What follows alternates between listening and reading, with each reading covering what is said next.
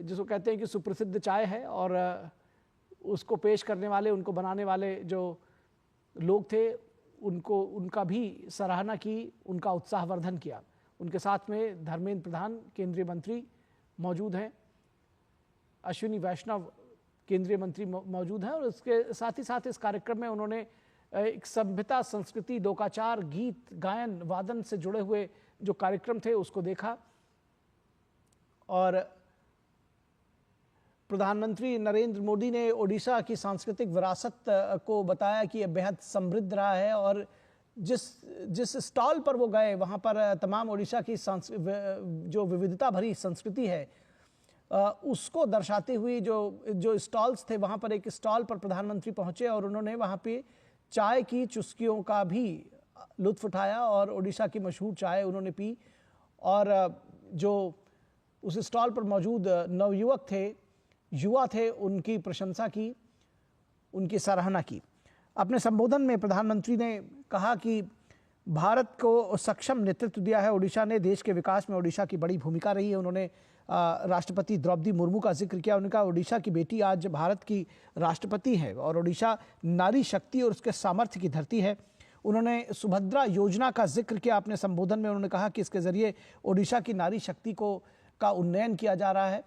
और इसके साथ ही साथ उन्होंने यहाँ के जो श्रमवीर नाविक हैं उनका जिक्र किया। उन्होंने कहा कि यहाँ के नाविकों ने बाली, सुमात्रा, जावा आदि की जो साहसिक यात्राएं की थी, उस वक्त वो केवल व्यापार ही नहीं बल्कि अपनी सभ्यता, संस्कृति को भी साथ लेकर गए थे। और यही वजह है कि बाली यात्रा आज लगातार मशहूर होती जा रही है। ओडिशा को नई ऊंचाइयों तक ले जाने के लिए 10 वर्षों से अनवरत प्रयास किए जा रहे हैं। केंद्र सरकार लगातार अनवरत प्रयास कर रही है। 1936 में राज्य शताब्दी वर्ष मनाया जाएगा ओडिशा का, और ओडिशा की गिनती एक सशक्त राज्य के रूप में हो, इसके लिए लगातार कोशिश केंद्र सरकार पिछले 10 वर्षों में कर रही है। और यही वजह है कि पहले पूर्वी राज्यों को जब पिछड़ा राज्य माना जाता था, आज केंद्र सरकार ने इन्हें देश के विकास का ग्रोथ इंजन बनाने की शुरुआत की है। ग्रोथ इंजन बनाने की ओर ध्यान दिया गया है।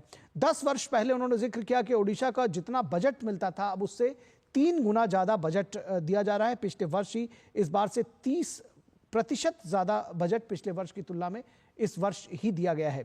उन्होंने कहा कि पोर्ट के विकास को, जो बंदरगाह का विकास है, वो ओडिशा में एक महत्वपूर्ण कड़ी हो सकता है और उसके विकास को लगातार बढ़ावा दिया गया है। माइनिंग सेक्टर को मजबूत किया जा रहा है। उन्होंने कहा कि ओडिशा में विकास की असीम संभावनाएं हैं। काजू, जूट, कपास, तिलहन और जैसे उत्पाद यहाँ पर होते हैं, उनकी बड़ी संख्या में उनका उत्पादन होता है और ऐसे उत्पादों को बड़े बाजार तक पहुँचाने की पूरी कोशिश की जा रही है। उसके लिए एक रोड मैप सेटअप किया गया है, जिस तरह से यहाँ के जो किसान हैं और जो छोटे व्यापारी हैं उनको ज़्यादा से ज़्यादा लाभ मिल सके। उन्होंने कहा कि ओडिशा सी फूड जो है ओडिशा का, वो बेहद मशहूर है और ऐसे में ओडिशा का सी फूड ऐसा ब्रांड बन सके जिसकी मांग देश विदेशों में है और उसकी पहुंच भी हो सके, अंतर्राष्ट्रीय बाजार मुहैया हो सके यहाँ के सी फूड को, इसकी कोशिश की जा रही है। इसके लिए लगातार प्रयास किए जा रहे हैं। उत्कल के माध्यम से निवेश को बढ़ाया जा रहा है। उन्होंने कहा कि फॉरेन डायरेक्ट इन्वेस्टमेंट जो है वो लगातार बढ़ाया जा रहा है और जब से पिछले कुछ महीनों पहले जो नई सरकार का गठन हुआ है केंद्र में और ओडिशा में, उस सरकार बनने के बाद से 45,000 करोड़ रुपए के निवेश को मंजूरी ओडिशा में मिली है।